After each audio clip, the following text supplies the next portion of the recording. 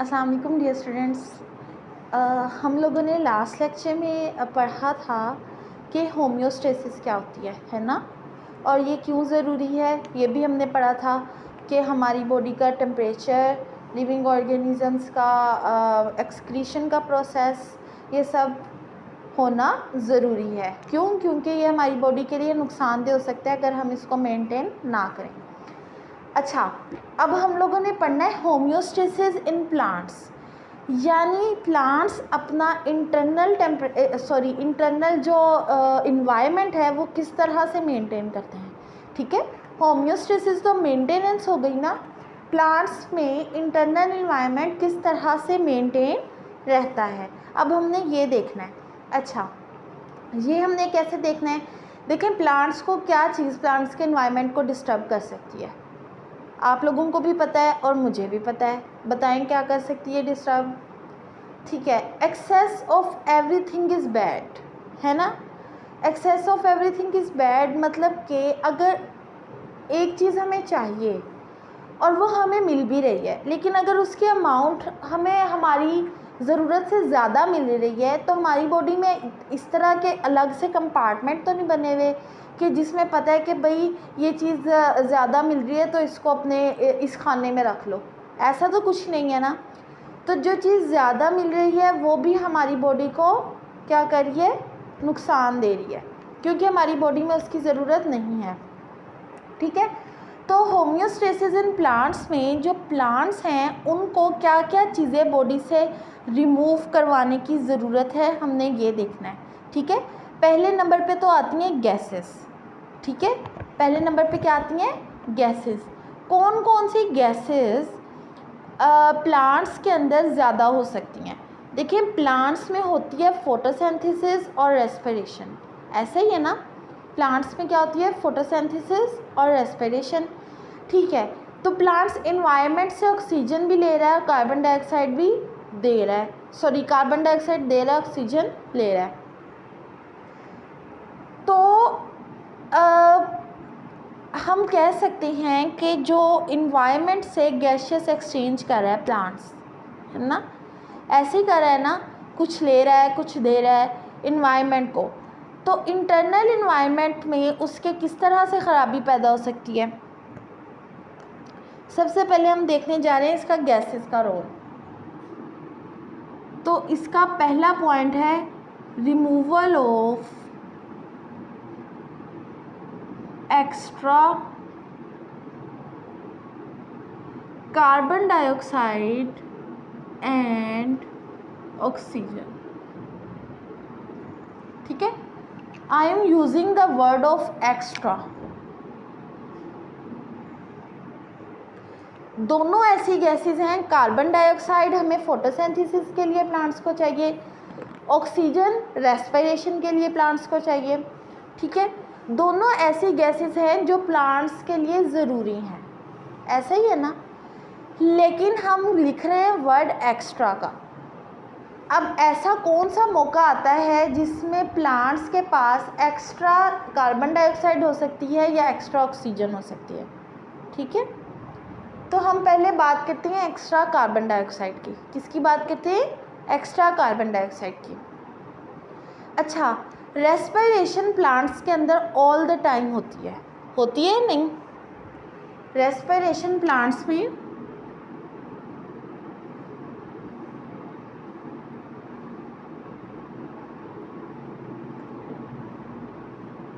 All time होती है, ऐसा ही है ना।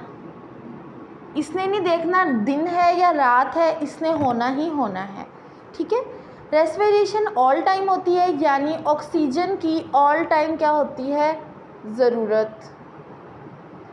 ठीक है, ऑक्सीजन की ऑल टाइम ज़रूरत होती है, जबकि रेस्पिरेशन में क्या चीज़ निकलती है? Carbon dioxide. इसका मतलब कार्बन डाइऑक्साइड बॉडी से ऑल द टाइम रिमूव होनी चाहिए।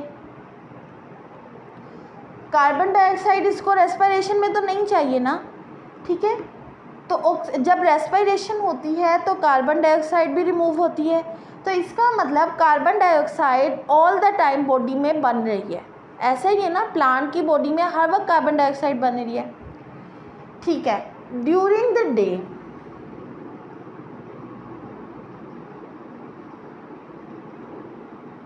ठीक है, ड्यूरिंग डे फोटोसिंथेसिस भी हो रही है।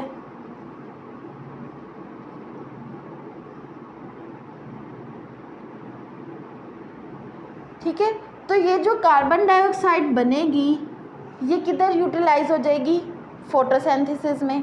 ऐसे ही होगा ना, जो कार्बन डाइऑक्साइड रेस्पिरेशन में बनेगी वो किधर यूटिलाइज हो जाएगी, फोटोसिंथेसिस में। ठीक है, अच्छा लेकिन during the night time, during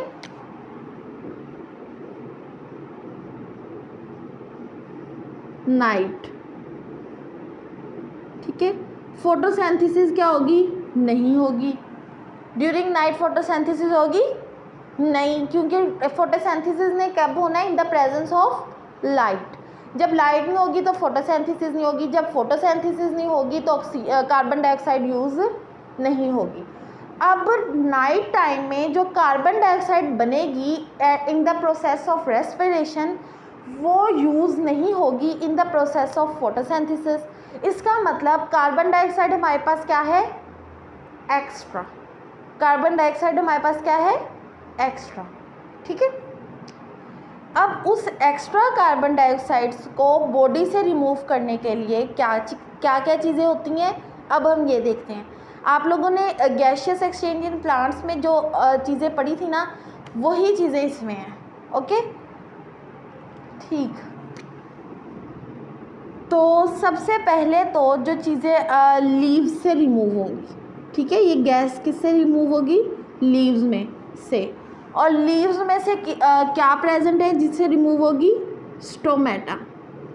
क्या प्रेजेंट है, स्टोमेटा। अच्छा, ये प्रोसेस होगा किस प्रोसेस के थ्रू, मतलब कार्बन डाइऑक्साइड जो हमारे पास एक्स्ट्रा थी वो लीव्स में से स्टोमेटा है, ठीक है, लीव्स में स्टोमेटा है, स्टोमेटा के थ्रू रिमूव हो जाएगी। लेकिन ये प्रोसेस कौन से के थ्रू रिमूव होती है, थ्रू डिफ्यूजन। किसके थ्रू, डिफ्यूजन। डिफ्यूजन क्या होता है, हायर कंसंट्रेशन टू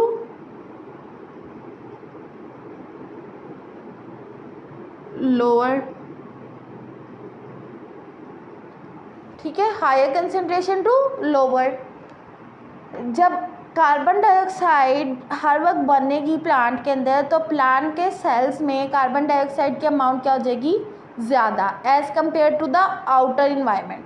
अब जब प्लांट सेल्स में कार्बन डाइऑक्साइड की अमाउंट ज़्यादा हो गई, इन्वायरमेंट में कम, तो प्लांट से किधर मूव हो जाएगा, इन्वायरमेंट में, क्या, कार्बन डाइऑक्साइड। क्लियर। इसके अलावा रूट्स में, रूट्स की तकरीबन सारी सरफेस पे में क्या होती है, डिफ्यूजन। डिफ्यूजन के थ्रू बॉडी से क्या हो जाएगी, कार्बन डाइऑक्साइड रिमूव हो जाएगी।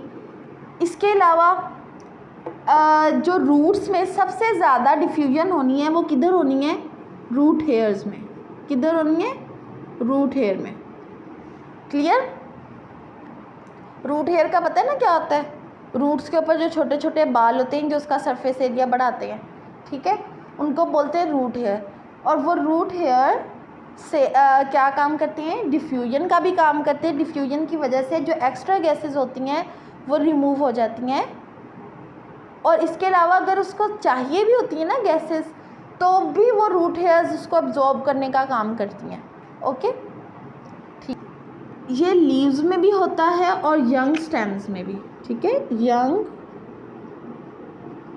स्टेम्स, ठीक है। स्टोमेटा के थ्रू जो होती है ना वो लीव्स और यंग स्टेम्स के होती है। ओके, ठीक है। अब हम बात करते हैं ऑक्सीजन की। कार्बन डाइऑक्साइड हमारी क्लियर हो गई, अब हम ऑक्सीजन की बात करते हैं, ठीक है। ये सारा हमने कार्बन डाइऑक्साइड का देखा है, अब हम ऑक्सीजन का देखते हैं। ऑक्सीजन में क्या होना है, रेस्पिरेशन ऑल टाइम हो रही है, ऑक्सीजन की ऑल टाइम ज़रूरत है। डे टाइम में फोटोसिंथेसिस हो रही है, यानी ऑक्सीजन निकल रही है। ऐसे ही है ना, ऑक्सीजन निकल रही है। ये ऑक्सीजन जाके यूज़ हो जाएगी रेस्पिरेशन में, ऐसा ही है ना।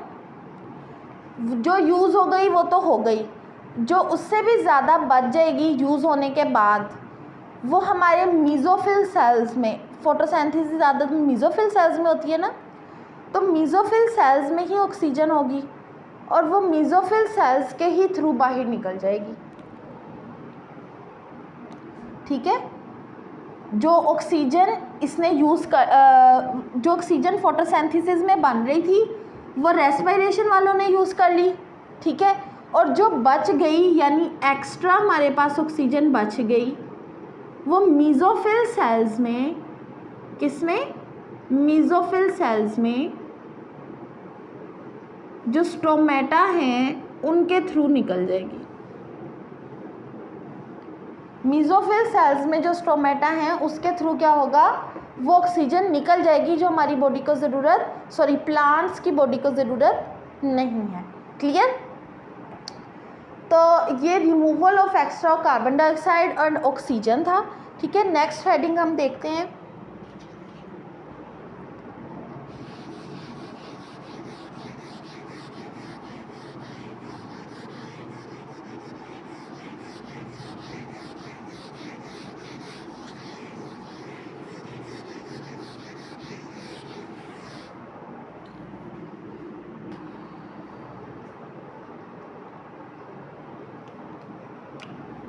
Removal of extra water.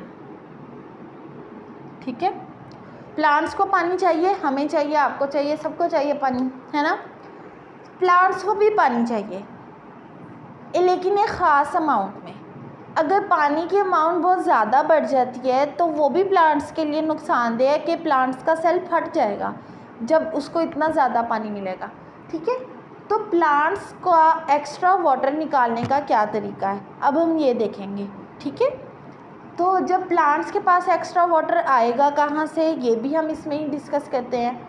अच्छा, पहले तो मैं आपको ये बता दूं कि जो प्लांट्स है ना वो वाटर को अपने वैक्यूल्स में सेव कर लेते हैं। किस में सेव कर लेते हैं, वैक्यूल्स में।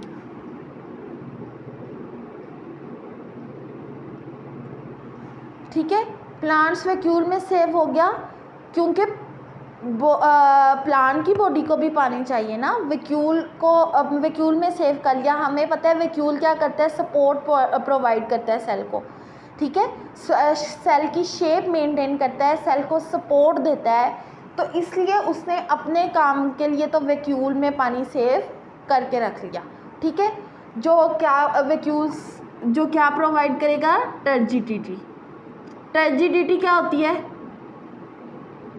अकड़पन। ठीक है, अकड़पन प्रोवाइड करता है किसको, वैक्यूल्स को, सॉरी वैक्यूल्स को वाटर टर्जिडिटी देता है और यही टर्जिडिटी अल्टीमेटली किसकी टर्जिडिटी बन जाती है, सेल की।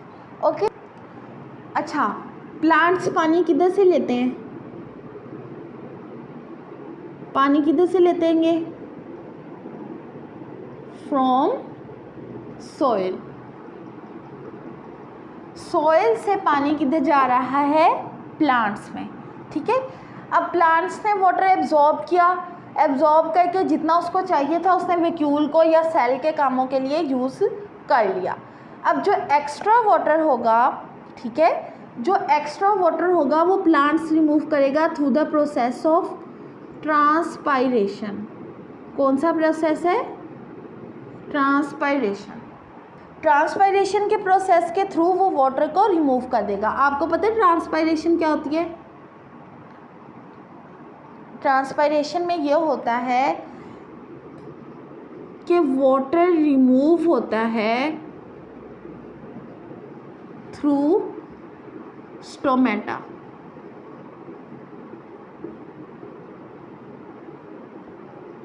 ठीक है, वाटर किसके थ्रू रिमूव होता है, स्टोमेटा के थ्रू। अच्छा, गैसेस भी स्टोमेटा के थ्रू रिमूव हो रही हैं, वाटर भी स्टोमेटा के थ्रू रिमूव हो रहा है। इसका मतलब स्टोमेटा जो हैं वो प्लांट्स में सबसे इम्पोर्टेंट ओपनिंग्स हैं, है ना।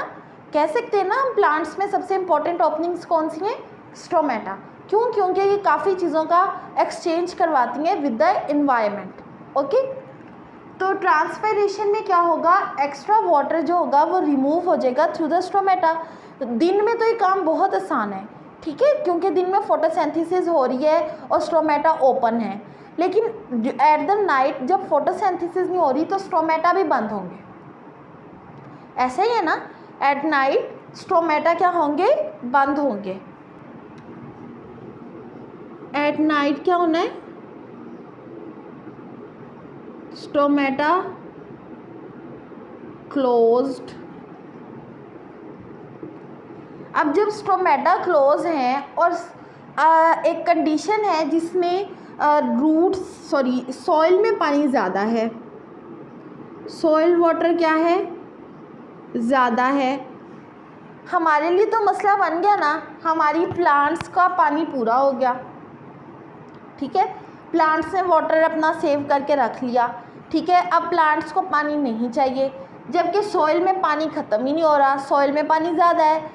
सॉइल, अब देखिए सॉइल में जब पानी ज़्यादा है तो डिफ्यूजन का प्रोसेस तो होना ही होना है, ज़्यादा कंसनट्रेशन से कम कंसनट्रेशन की तरफ पानी आना है, यानी सॉइल से प्लांट में पानी आना ही आना है।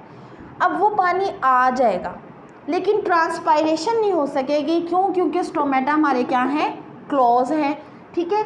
अब वो जो सॉइल वाटर ज़्यादा हुआ उसकी वजह से प्लांट्स में पानी आ गया, प्लांट्स में पानी आ गया, प्लांट्स की जाइलम वेसल्स में पानी आ गया, ठीक है। और ये पानी आता किधर से है, रूट से, ठीक है। सॉइल वाटर किधर आ गया, रूट्स में, पहले रूट से जाइलम वेसल में हो गया, वहाँ पे एक्यूमुलेट हो गया यानी जमा हो गया, ठीक है, पानी जमा होना शुरू हो गया जाइलम वेसल में। अब प्लांट्स को इस पानी की ज़रूरत नहीं है, अब प्लांट्स क्या करेगा, स्टोमेटा बंद है, वो अब क्या करेगा, वो ये करेगा कि प्लांट्स के अंदर ना लीव्स जो हैं, ठीक है, लीव्स उसके एजेस पे, लीव्स के एजेस पे स्पेशल पोर्स प्रेजेंट होते हैं। क्या होते हैं, स्पेशल पोर्स। ये उन पोर्स के थ्रू वाटर को रिमूव करा देगा,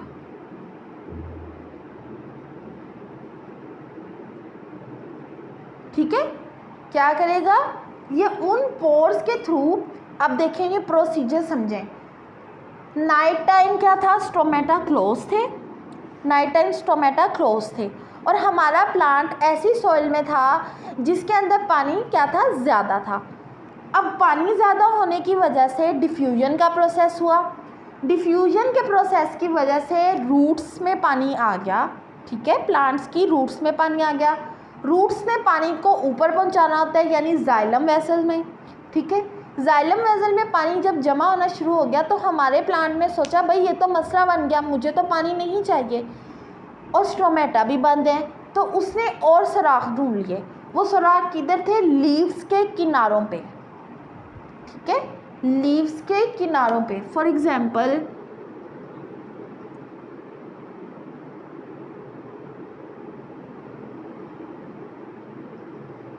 ठीक है, ये अगर लीव्स है ना तो पोर्स किधर होंगे, इधर इधर इधर, मतलब एजेस पे पोर्स हैं, ठीक है। उसने इन स्पेशल पोर्स के थ्रू वाटर को रिमूव करा दिया, ठीक है। और ये जो सारा प्रोसेस हुआ है removal of water through the edges of leaves, इस प्रोसेस को हम कहते हैं गुटेशन। क्या कहते हैं, गुटेशन, ठीक है। आपने कभी ड्रॉप्स देखे इस तरह लटके हुए पानी के, पौधों के साथ, पत्तों के साथ देखे होंगे ना, तो वो इस तरह से आते हैं गुटेशन से। अच्छा, अब एक और कन्फ्यूजन होती है कि सिर्फ पत्तों पे पानी वहाँ नहीं आता, गुटेशन के थ्रू ही नहीं आता। अक्सर आप लोगों ने शबनम के कतरे, जिसे आप बोलते हैं ड्यू ड्रॉप्स, है ना, ड्यू ड्रॉप्स का भी तो पानी होता है ना। तो गुटेशन और ड्यू ड्रॉप्स जो हैं वो अलग अलग चीज़ें हैं। गुटेशन में पानी होता है पत्ते के किनारे पे, जबकि ड्यू ड्रॉप्स को नहीं पता उन्होंने किधर गिरना है, क्योंकि ड्यू जो होती है, शबनम जो होती है, वो इन्वायरमेंट के अंदर जो पानी होता है ना, यानी वाटर वेपर्स, वो कन्वर्ट हो जाते हैं वाटर में, लिक्विड वाटर में, यानी गैस वाटर कन्वर्ट हो रहा है किसमें, लिक्विड वाटर में, और वो पत्तों के ऊपर आके गिर जाता है, और वो पत्तों की पूरी सरफेस पे ही होता है तकरीबन, ठीक है। तो ड्यू ड्रॉप्स को आपने मिक्स नहीं करना किससे, गुटेशन से। ड्यू ड्रॉप्स में कंडेंसेशन होती है वाटर वेपर्स की लिक्विड वाटर में, जबकि गुटेशन में वाटर लीव्स के थ्रू रिमूव होता है, लीव्स के एजेस के थ्रू रिमूव होता है। और ये क्यों होता है, क्योंकि सॉइल में वाटर ज़्यादा होता है। Clear. Removal of extra water वाली हेडिंग भी क्लियर हो गई हमारी, ठीक है। ये दो चीज़ें उसको तंग करी थी, पानी भी निकल गया है और अब क्या गैसेस भी उसकी रिमूव हो गई हैं। अब नेक्स्ट चीज़ हम देखते हैं,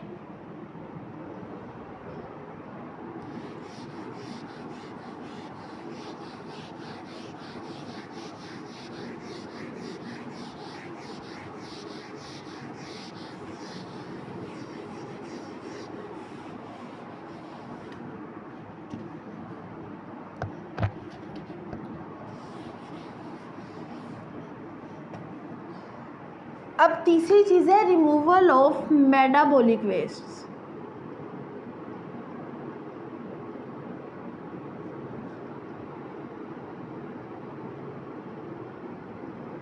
अच्छा, मेटाबॉलिज्म क्या होता है, सारे केमिकल रिएक्शंस जो लिविंग ऑर्गेनिजम्स में हो रहे हैं, है ना, केमिकल रिएक्शंस जो लिविंग ऑर्गेनिजम्स में हो रहे हैं उनको हम मेटाबॉलिज्म बोलते हैं।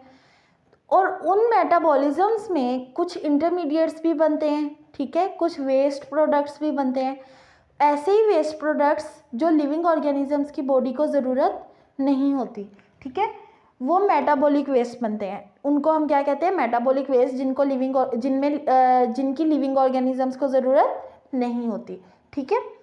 जिस तरह हमारी बॉडी में, ह्यूमंस की बॉडी में यूरिया एक एक्स्ट्रा नाइट्रोजिनस वेस्ट बनता है जो थ्रू मेटाबॉलिक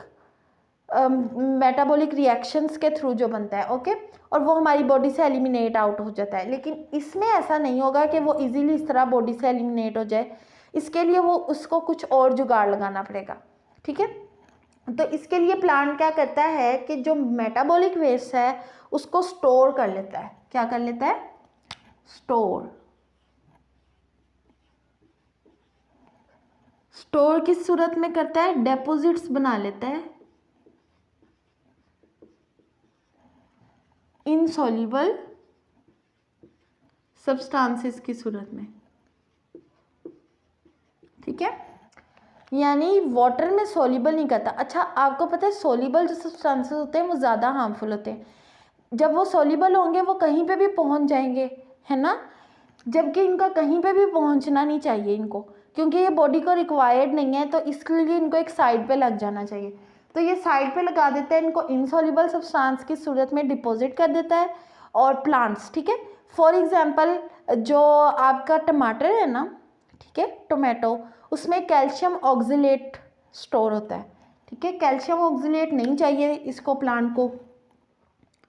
टोमेटो में क्या स्टोर है, कैल्शियम ऑक्जेलेट, ठीक है, ये साल्ट है, ओके, ये इसकी बॉडी को नहीं चाहिए और ये टोमेटो स्टोर करवा देता है इसको। ऐसे ही टोमेटो ने इसको स्टोर करवा लिया, किस में स्टोर करवाया, अपने ज़्यादातर ना इसके छिलकों में स्टोर होता है।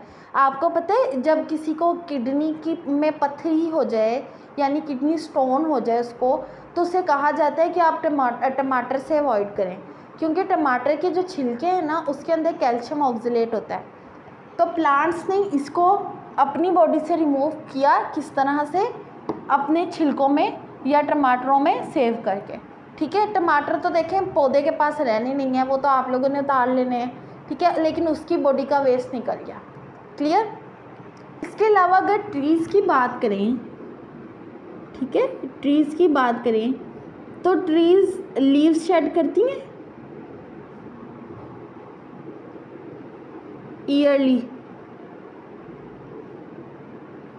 हर साल मौसम ख़ज़ां आता है ना, पत्ते झड़ते हैं, है ना, सारे पत्ते उतर जाते हैं दरख्तों के, तो ये वो जो पत्ते उतरते हैं ना वो ओल्ड पत्ते होते हैं और फिर न्यू लीव्स बाहर के मौसम में आते हैं। जो ओल्ड लीव्स होते हैं इसका मतलब उसके अंदर क्या चीज़ स्टोर है, waste material of plants. Plants का वेस्ट मटेरियल स्टोर है और जब मौसम आता है साल का तो वो अपने पत्ते गिरा देता है, यानी वो गेट रिड ऑफ कर देता है किससे, अपने वेस्ट मटेरियल से। ठीक है, पत्ते गिरेंगे, वेस्ट मटेरियल गिर जाएगा और नए पत्ते उग जाएंगे, फिर वो उनमें अगली बार वेस्ट अगर बनेगा तो वो फिर ईयरली फिर से वो शेड कर देंगे। ठीक है, तो ट्रीज़ क्या करते हैं, अपने पत्ते गिरा देते हैं to get rid of waste material. Clear. इसके अलावा कुछ प्लांट्स ऐसे हैं, for example coniferous plants, coniferous trees,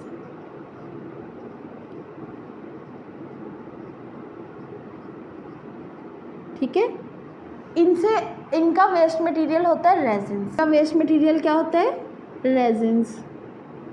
ठीक है, कोनिफेरस ट्रीज कौन से होते हैं, आप लोगों ने देखा होगा कॉन्स बनाते हैं ये। ठीक है, क्या बनाते हैं ये, कॉन्स, लकड़ी की तरह की आपको दिखेंगी कॉन्स बनती हुई। ठीक है, तो ये कोनिफेरस ट्रीज में की स्टेम में से रेजिन्स रिलीज होते हैं। ठीक है, क्या रिलीज होते हैं, रेजिन्स, यानी ये अपनी स्टेम में से इस तरह कतरे गिराने लग जाता है रेजिन के और वेस्ट मटेरियल को रिमूव कर देता है। ठीक है,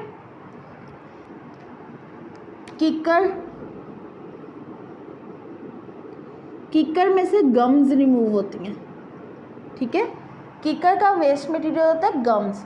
आप इसकी स्टेम पे भी देखें तो आपको माया लिक्विडी सा मटेरियल नज़र आएगा, ट्रांसपेरेंट टाइप का। ठीक है, तो ये अपनी स्टेम में से इस तरह रिमूव करता है। इसके अलावा लेटेक्स रिमूव होता है रबर प्लांट से,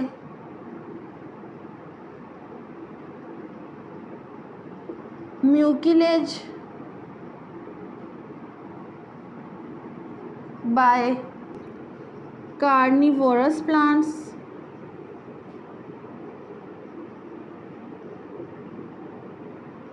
और लेडी फिंगर।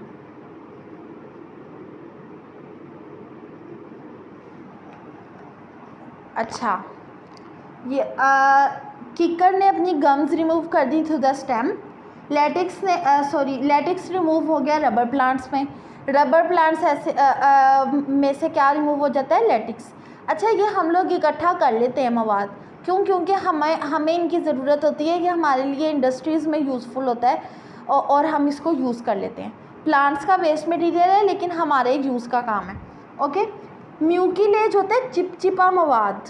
ठीक है, म्यूकिलेज क्या होता है, चिपचिपा सा मवाद होता है। ये लेडी फिंगर यानी भिंडी के पौधे में से रिमूव होता है। इस भिंडी भी आपको पता है लेसदार होती है, इसमें भी से भी चिपचिपा निकलता है ना कुछ। ठीक है, इसके अलावा कार्निवोरस प्लांट्स वो होते हैं जो मीट खाते हैं। अब प्लांट्स किस तरह मीट खा सकते हैं, ये इस तरह इनको कार्निवोरस कहा जाता है कि इनके अंदर से जो चिपचिपा मवाद निकलता है ना, और इनके ऊपर अगर कोई इंसेक्ट आके बैठता है, देखिए इंसेक्ट ने तो प्लांट्स पे बैठना ही है। ठीक है, वो जब आके बैठता है तो वो उधर ही ट्रैप होके रह जाता है। क्यों, क्योंकि चिपचिपा मवाद उसको उठने ही नहीं देता।